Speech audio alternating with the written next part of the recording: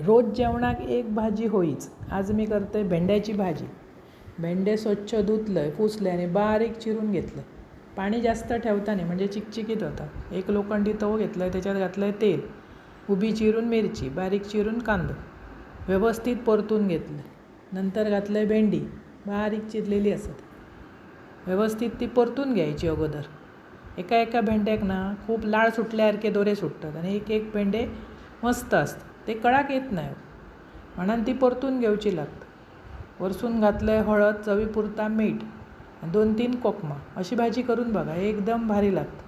बऱ्याच वेळ ती परतूची लागतं. हिरवी मिरची घातलं आहे तरी जरा लाल तिखट घातलं आहे, कारण जो मिरच्यो कापून घातलेलं आहे त्याका तिखटान अजिबात नाही. दिसाक रंग हिरवो, आमका तिखट जरा लागतं. मस्त व्यवस्थित 3-4दा परतून घेतलं. बरीच वेळ परतून घेतलाच की मग झाकून परत वाफ काढायची. अप्रतिम भाजी लागतं, अशी करून बघा. चपाती भाकरेबरोबर ही भाजी एकदम भारी. भरपूरसा खोबरा घालायचा.